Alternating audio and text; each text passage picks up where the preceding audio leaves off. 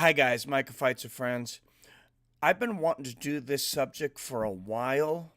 For one thing, because it's very intriguing to me, but I've seen it come up again and again more recently on MMA forums and websites, and that's how would Bruce Lee have done in the UFC?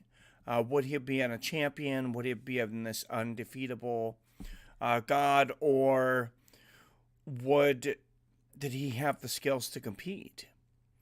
Uh, and a lot of people come forth with a lot of different facts that make a good case, make a good case for both sides.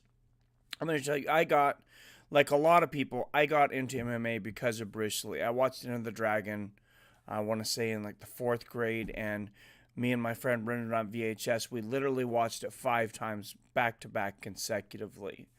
And I was hooked from that moment. It's like, find me more of this. So we've all idolized him. Most people that are into MMA have idolized Bruce Lee for quite a while. He has become a mystical figure. That being said, when I was growing up, I also owned all of his combat books. He made 4 different books on training, and I would encourage you to look those up. They were paperbacks. They're in different colors. They're like in bright colors. You should be able to find them on eBay. The point is, Bruce Lee was not just a striker. I hear a lot of people talking about recently about, oh, he was just a movie star and he wasn't really a fighter. He would not have been able to compete with the guys that were in the UFC today. Ask Chuck Norris about that. Now, Chuck Norris was the real deal. If you didn't know, Chuck Norris was a 6-time karate world champion. He was the best karate fighter on earth when Bruce and Chuck Norris decided to do Enter the Dragon. Or, excuse me, Return of the Dragon. This was before Enter the Dragon. This was early 1970s.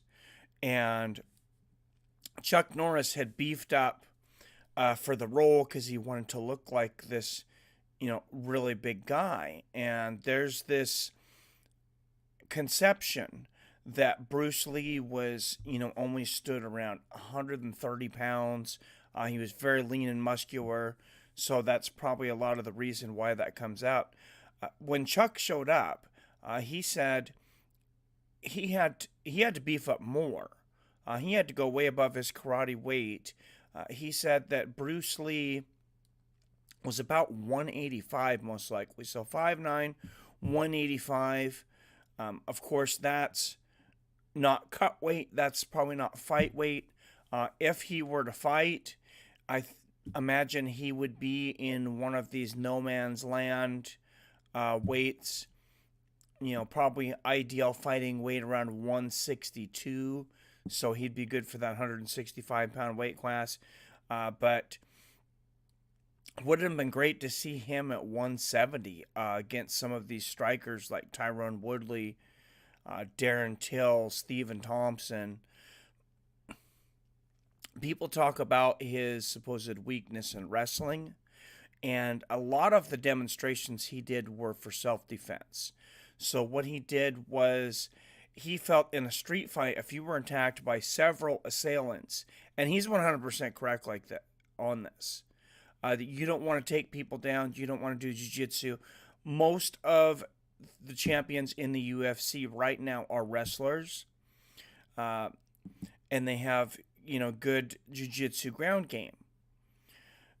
When you're attacked by, say, 4 or 5 assailants, which Bruce Lee was constantly doing scenarios for, he almost seemed obsessed with it, like people were chasing him,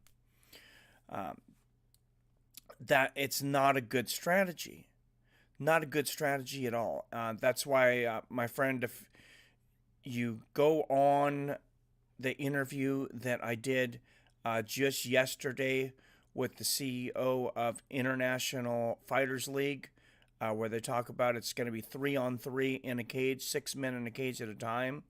There's no grappling. There's basically, it's going to be a striking thing. There's no locks. He said no chokes, no locks, which basically means no submissions, because it's stupid. You cannot get down on your back. You can't take somebody down and have your head exposed. And Bruce Lee didn't train, obviously, for a fight within the MMA rules. Uh, on the street, you can kick the head of a downed opponent.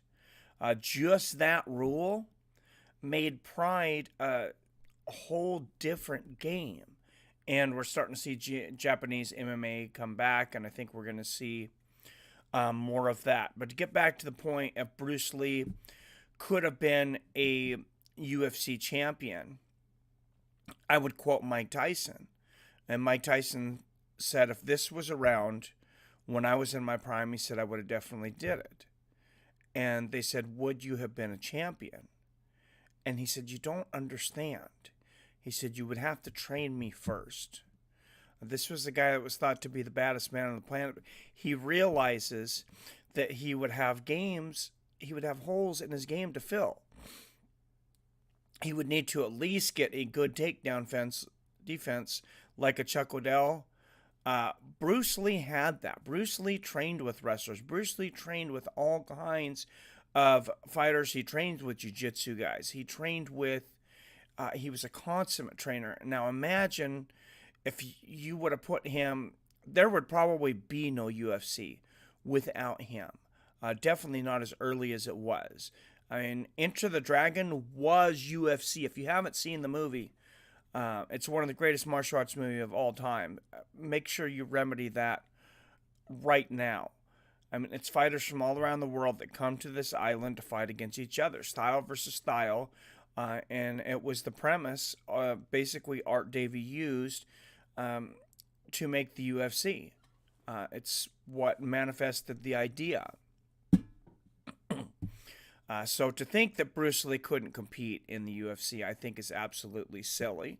But if you get him to start training with some of these guys right now, I mean, you think Connor's precise in his striking.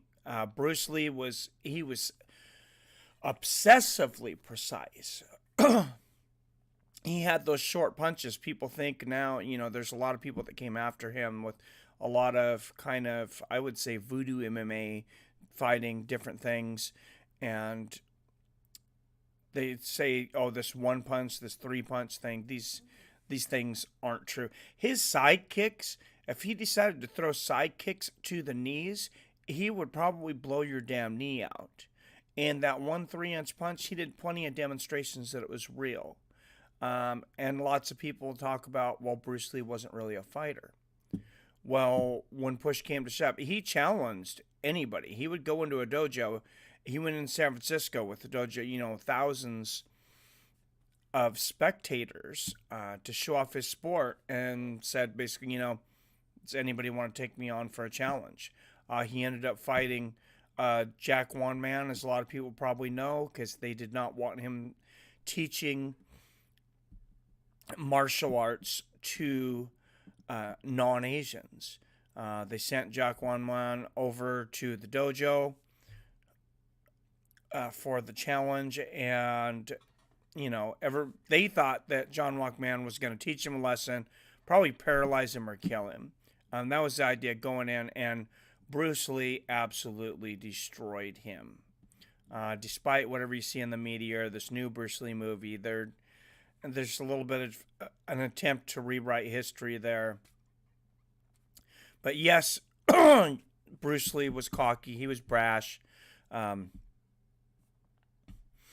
He was, in that way, he was like Connor. He would get into people's minds, I believe. If he was in the UFC, I think he would definitely get into people's minds and play a mental game that they would definitely have doubt in themselves before they got into the cage.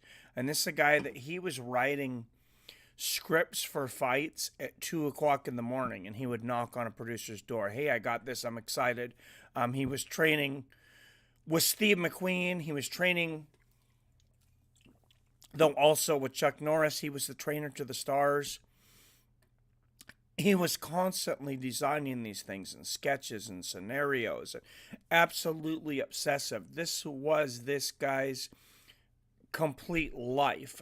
He was, at least in modern day, at least, 20th century and beyond, he was the first mixed martial artist. Absolutely. And Jeet Kune Do, called Way of the Intercepting Fist, was a style he came out with, and he always called it the way with no way. He said, take what style you want, take what you want of each style, take what is useful, leave what is useless. He wasn't a big fan of katas. He wasn't a big fan of some of the ceremony and everything, which really upset a lot of the the Asian culture and the MMA culture at the time, because they were very much about the show, the showmanship of martial arts. And Bruce Lee was a showman, but he wanted to do it his way, and he did it with lightning fast punches, kicks. I don't think there's anybody with the reflexes that he had out there. He was extremely gifted. His reach, I don't know what his reach actually was, but his reach for his height would have made him one of the most difficult fighters to get inside on in the MMA. Would he have gotten a takedown defense, or could he have defended wrestlers? Easily. He would have figured it out. He would have became obsessed with it, and I believe he would have became a UFC champion. So people ask me, would Bruce Lee be a UFC champion in current days? I would say yes, but he would have to train with these current systems, and he would have added a lot to a camp, to anybody's camp. But you put him around a bunch of like-minded individuals, it would have been scary. I think he would have possibly dominated. The way Khabib's 25-0 dominates with his wrestling, I could see Bruce Lee dominating like that with his striking, and adding a lot of tools along the way as he worked with all these new systems. He didn't have anyone to work with really at the time. He had Kung Fu people, and that was his base. He had Kung Fu people to work with. But he understood that Kung Fu was limited, that Kung Fu wasn't fighting. And that's what upset a lot of people. He's like, Kung Fu is Kung Fu, but it's not everything. It's not utilizing your entire body. And that was the entire idea behind his MMA philosophy. So I want to know what you guys think down there below, though. Let me know down there in the comments. Would Bruce Lee have been a champion in the UFC? If not, how do you think he would have done? Do you think that he would have been this figure that we think he was? And what weight class do you see him fighting in? Who would you have wanted to see him fight? And who do you think would have gave him a tough matchup? Leave your comments down there below. If you're new here, please definitely subscribe to be notified when I go live and post new videos. As always, I love you, I respect you, and I'll see your fine asses later.